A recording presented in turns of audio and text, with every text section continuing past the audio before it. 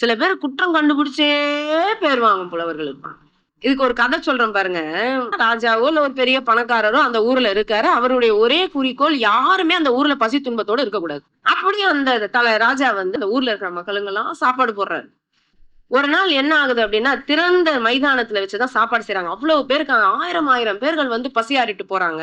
திறந்த வெளியில சாப்பாடு செஞ்சுட்டு இருக்கும்பொழுது, மேல கருடன் வந்து ஒரு நல்ல பாம்பை வந்து கவ்விக்கொண்டு போகிறது. அந்த நாகப்பாம்பு, நல்ல பாம்பு அந்த வலி தாங்க முடியாம விஷத்த கக்கிடுது. அந்த விஷம் வந்து அந்த சாப்பாட்டுல விழுந்துருது. அதை உண்டவர்கள் அனைவரும் மாண்டு போயினர்.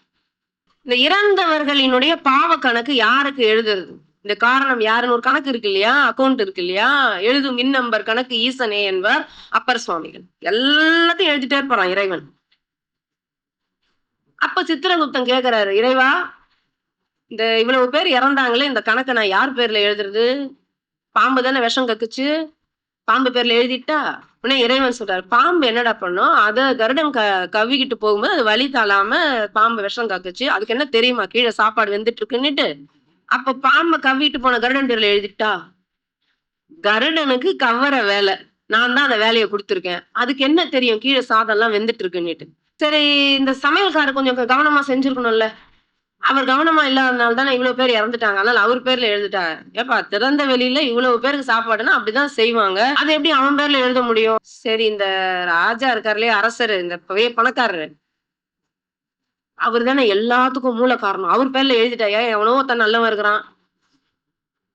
இவ்வளவு பேர் பசியாறணும்னு நினைக்கிறான். அவனுடைய குணத்த பாராட்டு. அவனுக்கு என்ன தெரியும்? அவன் பேர்ல எழுத முடியாது. அப்ப நான் யார் பேர்ல இவ்வளவு கணக்கு நான் எழுதுறது? இறைவன் சொல்றாரு, நான் தரேன் இரு. இன்னும் ஒரு கொஞ்ச நாள் பொறுத்துக்கோ.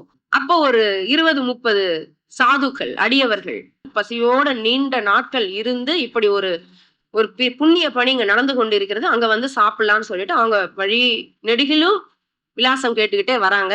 அப்ப அங்க ஒரு வெளியில ஒரு பாட்டி உட்கார்ந்துட்டு இருக்கு. பாட்டி, இங்க ஏதோ ஒரு பெரியவரு, ஒரு பணக்காரரு, ஒரு ராஜா எல்லாருக்கும் சாப்பாடு போட்டுட்டு இருக்காராமே, எல்லாருடைய பசியும் தீர்த்துட்டு இருக்காராமே, அது எந்த இடம் தெரியுமா? தெரியும்பா. இதோ அங்க பந்தல் இருக்குல்ல, மக்கள் வந்துட்டு போயிட்டு இருக்காங்க தெரியுதா?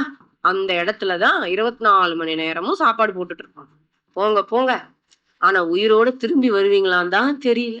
இப்பதான் 1 மாசத்துக்கு முன்னாடி இந்த மாரி தான் இந்த ராஜா சாப்பாடு போட போய் அதுல வந்து ஏதோ ஒரு விஷம் வந்து கலந்து எல்லாம் சாப்பிட்டவங்கலாம் செத்து போயிட்டாங்க. பாவம், நீங்களும் போறீங்க. போ போ. கடவுள் சொன்னாரு. எழுது மொத்த கணக்கையும் அந்த பாட்டி மேல. என்ன ஏதுன்னு தெரியாம எவ்வளவு ஈஸியா ஒருத்தர் மேல குற்றம் சொல்லிச்சு பாத்தியா? அதனால மொத்த கணக்கையும் அந்த பாட்டி மேல எழுது. இப்படித்தான் எத்தன கணக்க நம்ம வாங்கி வச்சிருக்கோமோ தெரியல.